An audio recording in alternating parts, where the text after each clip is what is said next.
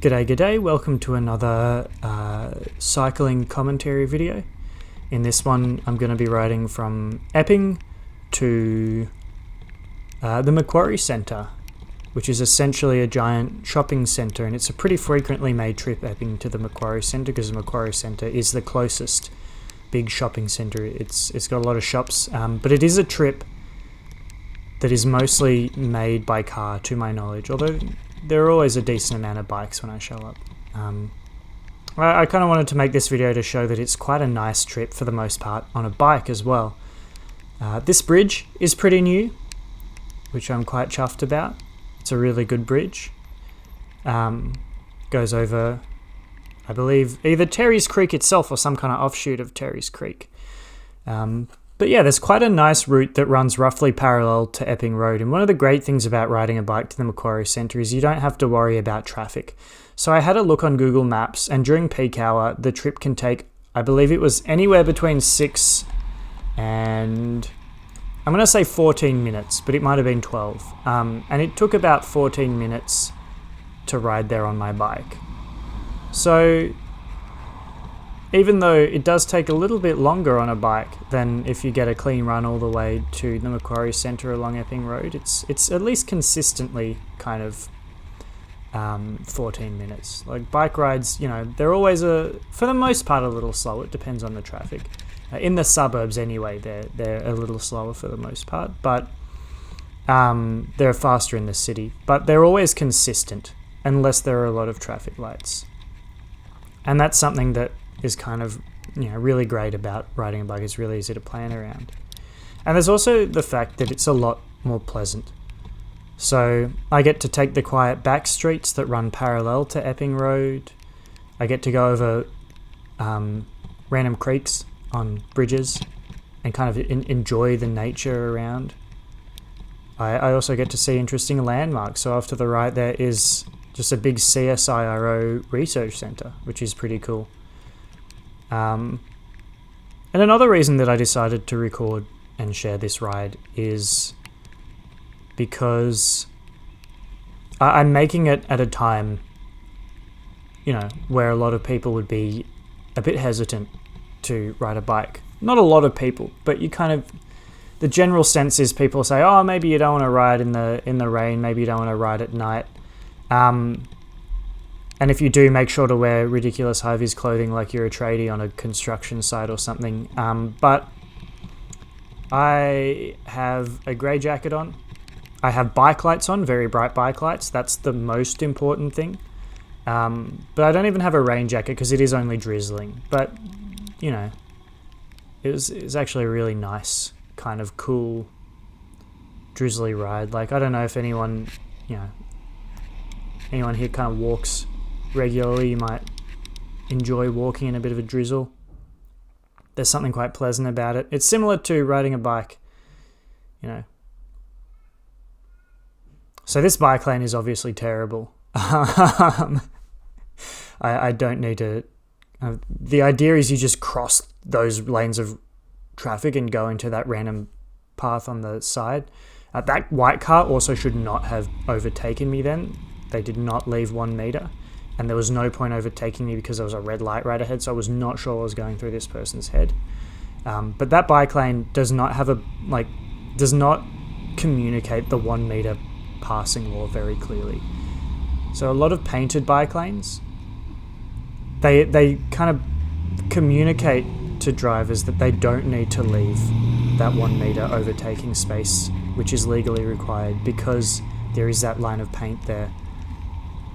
And I would put that bike lane in that category. So you could see there I kind of gave up waiting for the traffic lights and went in the overpass. I used the overpass, it's good that it's here because this is right near a school as well. So you wouldn't want, even though it's a lighted intersection, you're still crossing like some ridiculous kind of number of lanes, like 9 lanes or something like that. I always feel like it's a bit risky even riding across there on a green light because it's just such a wide intersection. But then the overpass doesn't really connect very well to any other infrastructure, so it's not really clear when I get off the overpass where I'm supposed to go. In fact, I'm not even sure if this is a shared path or just a particularly wide footpath. But there wasn't really an opportunity for me to re-enter the road.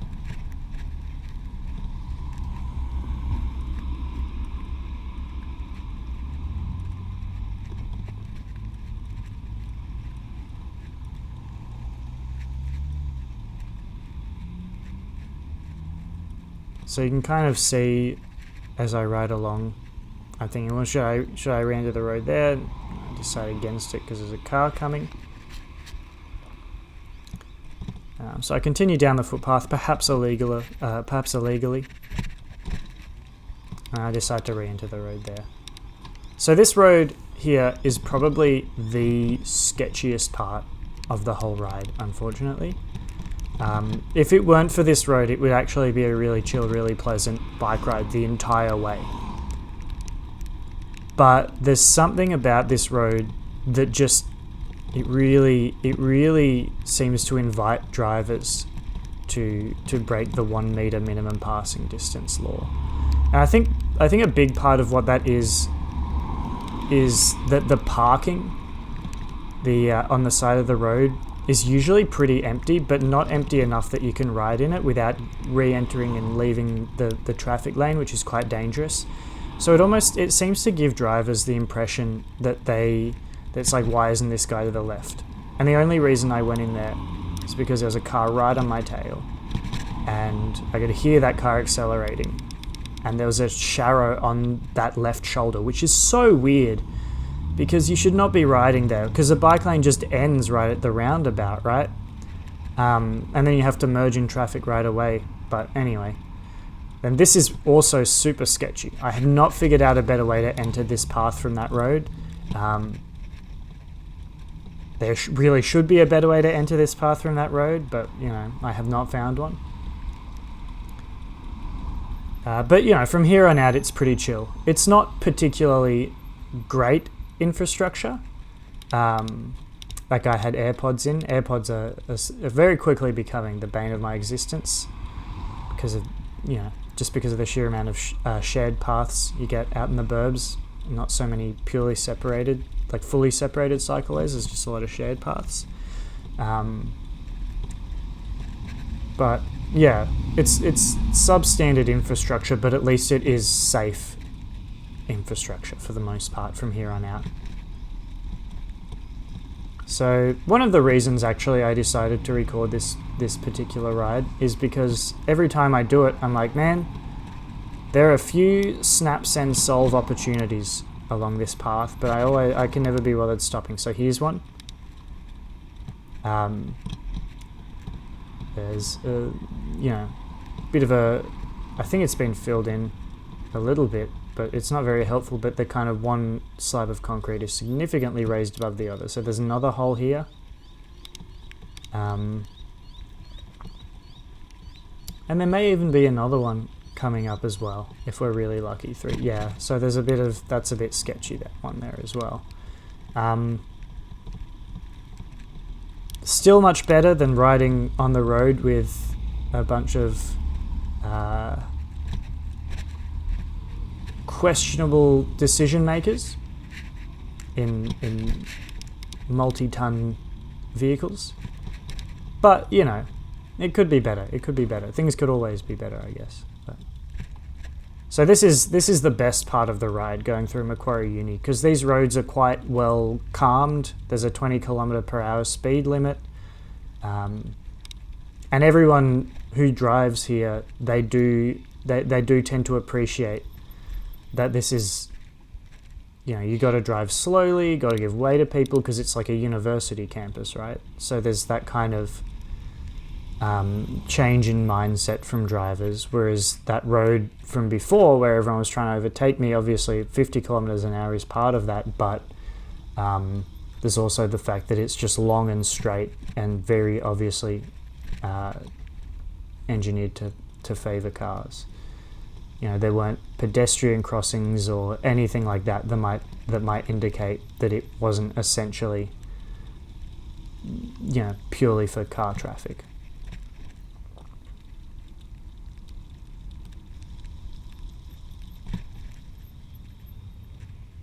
So at this point, the bike ride gets even better. We get some nice textured surfaces. We get some fun little concrete blocks, although I do prefer the weird little concrete spheres at UNSW. I just like them because they're round.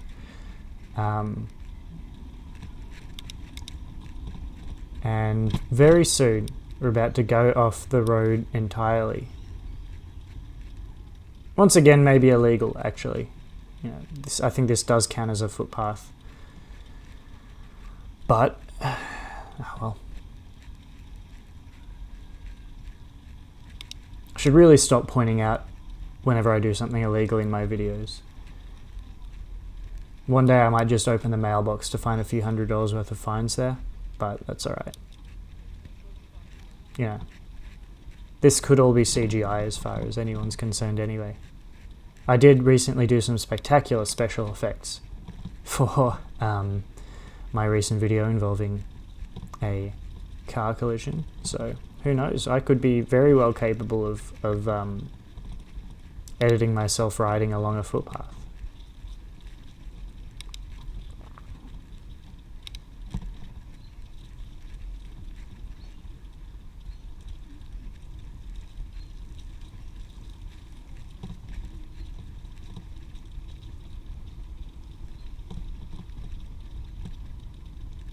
So you can see heaps of bike parking here at Macquarie Uni.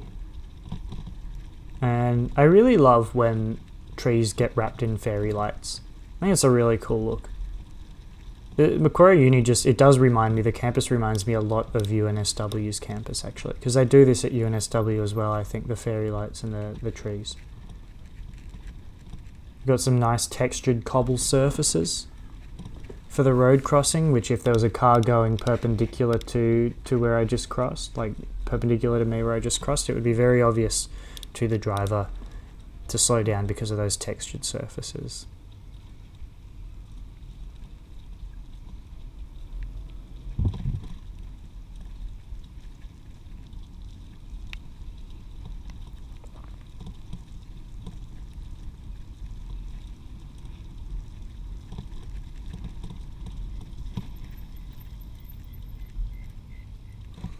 So once again, we've got a fantastic zebra crossing with a textured cobblestone surface. So it's raised, it's got the Progress Pride colours on it, which is, you know, quite a nice symbol, but at the same time it's also attention grabbing, so it's safe as well.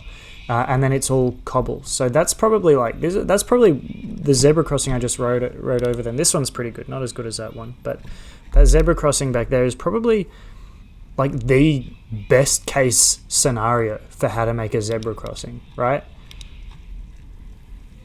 I feel like people should be taking notes. Any zebra crossings built from this moment onwards should be not only as safe and as effective at calming traffic as that one, but also as gay, because I think that's a major factor in the success of a zebra crossing, quite frankly.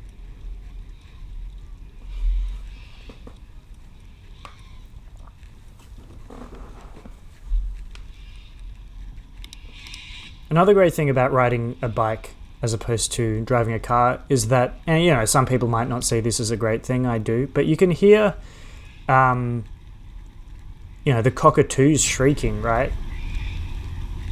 Just so there's a raven going there, like you can just hear the sound of birds in nature, and depending on where you are, also you can like hear conversations, people chatting if you're going through that kind of area. So it's a way of moving that is very connected to the rest of the world. So you feel like whenever I go for a bike ride, I feel far more connected to the space around me, obviously, than when I drive. Like driving feels like, you know, you're playing Kingdom Hearts 3, you're going to a new world, and you got to do that like thing where you're in a spaceship and you shoot the enemies and you're going through. Like it doesn't feel like a real space in and of itself. It feels like some kind of like mini game to get to another actual place. Whereas if you're riding a bike, it feels like you're genuinely going through a real place. And I think that has really, really significant implications when you actually think about it, with the way we actually view and interact with the world around us. Like if we appreciate kind of the nature around us for a place in and of itself that it is, if we appreciate the buildings around us, we're much more likely, I think, to build infrastructure that supports great places. If when we go through them, we can interact with them and we can appreciate them. So you may have noticed I am walking my bike here. Normally I wouldn't do this, allegedly. Normally I would allegedly turn a left, do a U-turn and go through the taxi area, and then do another U-turn and go counter to the flow of traffic. Anyway, lots of U-turns. It's somehow quicker, but far less legal. Allegedly I do this. There's no proof that I do this. This is just hearsay. It won't hold up in court. But I'm walking at the moment purely to illustrate how bad the Macquarie Centre biking or bike parking situation is. Now, it could be a lot worse. There is actual bike parking, but a lot of people don't know it's there, as evidenced by a lot of the bikes chained to fences and whatnot that I've already walked past. But even for those who do know that it's there, you can't ride your bike up to it and park your bike. You kind of have to walk your bike a decent way to get to it. You can see up ahead there it is. It is labelled on Google Maps, thankfully, which is how I found it. It took a bit of trial and error trying to figure out where it was, but I did originally see it on Google Maps, which was very helpful. But there's always at least a few bikes parked here. So I hope after watching this you feel maybe a little bit inspired to ride your bike to the Macquarie Centre next time you're headed that way, or even your local shopping centre if you live somewhere else. If you are riding down that sketchy road I rode down and you don't want to go, mix with the cars, do go on the footpath. It's a lot safer. So go forth, ride your bikes, do some shopping, and have a great day.